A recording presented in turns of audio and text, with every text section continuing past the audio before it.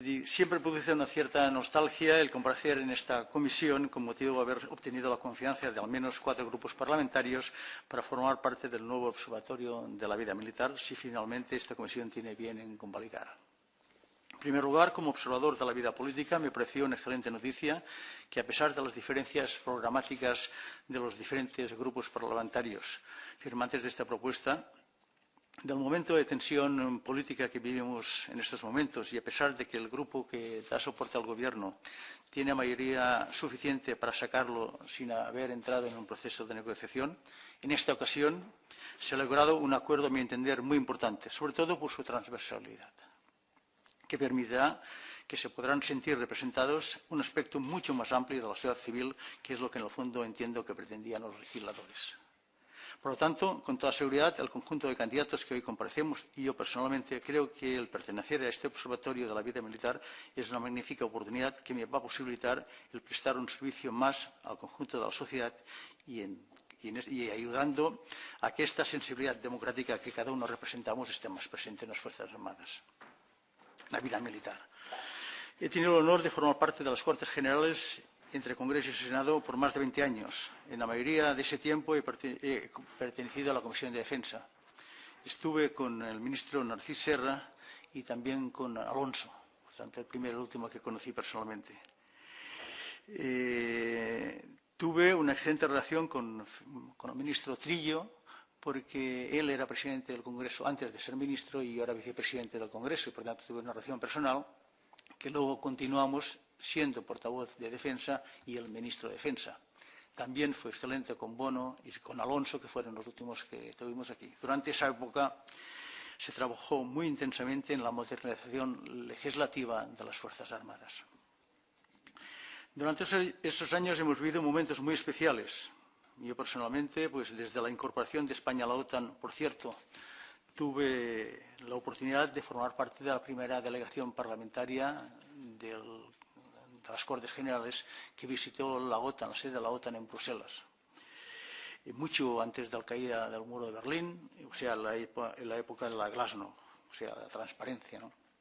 Viví como parlamentario todo el proceso de profesionalización de las Fuerzas Armadas, la presencia de estas en conflictos internacionales en medio mundo y, como no podía ser de otra manera, la implantación y el perfeccionamiento de todo un modelo de comportamientos democráticos, como sucede en el conjunto de los ejércitos que son referencia de modernidad.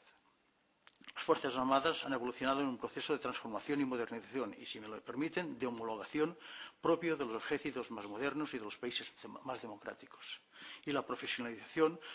del mismo fue un paso importante y complejo junto con la puesta al día del ordenamiento legislativo en esta materia.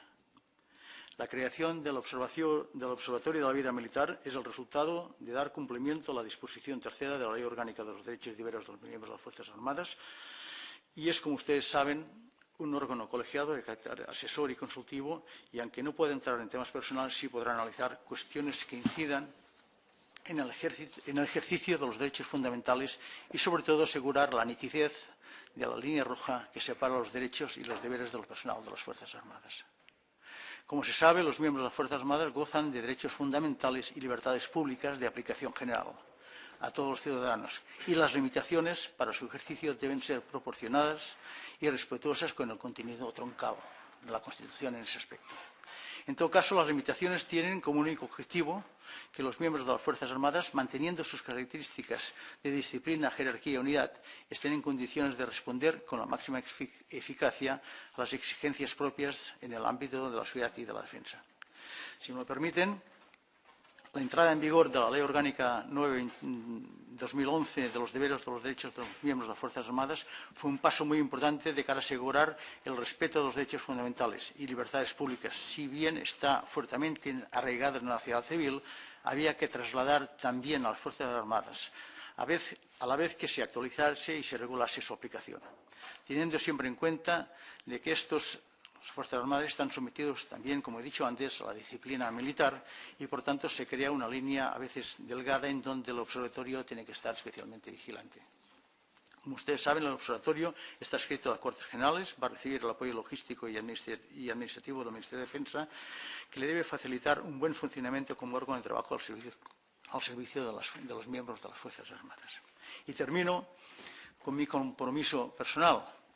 que ha sido siempre, en mi dilatada vida parlamentaria, de trabajar para encontrar este siempre difícil equilibrio entre los derechos fundamentales y las libertades públicas generales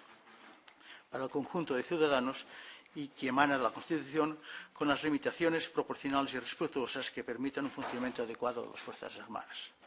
Así, con mi absoluta disponibilidad, en caso de que quede refrendado, para colaborar con el conjunto de candidatos para llevar a buen puerto la labor de este observatorio. Muchas gracias. Gracias, señor Companys. Vamos a iniciar la intervención.